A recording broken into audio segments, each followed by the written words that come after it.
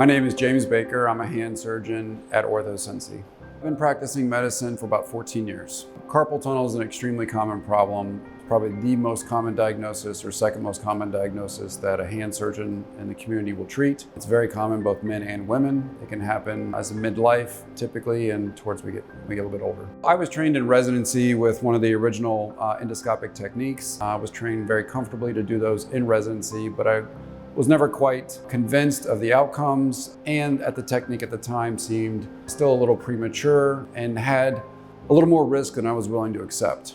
However, with the newer equipment and the fact of something called Whent, that's W-A-L-A-N-T, which is wide awake local anesthesia without tourniquet or no tourniquet. This technique's been used in a lot of hand surgery over the last decade. It's becoming very popular. I do a lot of surgery that way now, and that's how I do my carpal tunnels. So we got rid of the anesthesia risk, the anesthesia cost, and now we have a system that's very fluid to use, very safe. And I'm convinced that my patients recover faster. I always localize in the preoperative holding area so the medicine has a chance to really set up.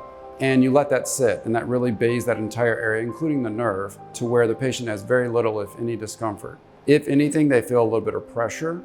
And I would say 1 or 2% of my patients still like to proceed with sedation.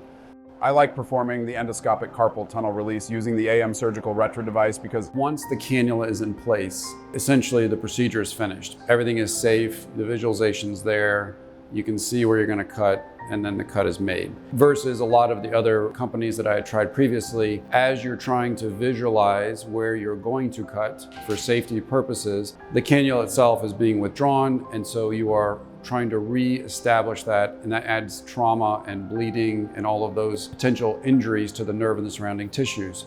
Whereas once this static cannula is in place, it's clear, you can see outside of it, you can see the nerve, you can see the tendons, and you can see the transverse fibers that you're going to cut. So once the cannula is in place, I mean, that's the end of the procedure in my mind. So for the closure, I was looking for something, given how rapid these patients were improving after surgery and wanting to get back to activities.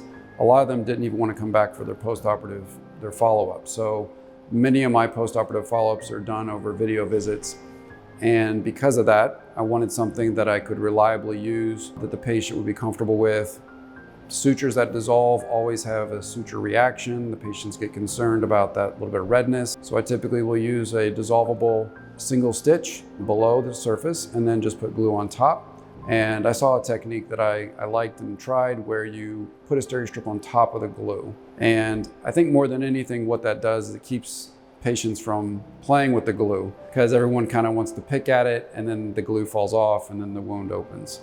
So that kind of keeps them from picking at it for the couple days that's necessary. The recovery, I take care of a lot of workers and a lot of manual workers. We live in the central part of the country and there's a lot of warehouses and factories. With the endoscopic procedure using the retro device, I would say it's at least a 2 to 3 week faster recovery with little to no pain. I don't even prescribe any narcotics. They take over-the-counter Tylenol or ibuprofen. So the recovery is very minimal.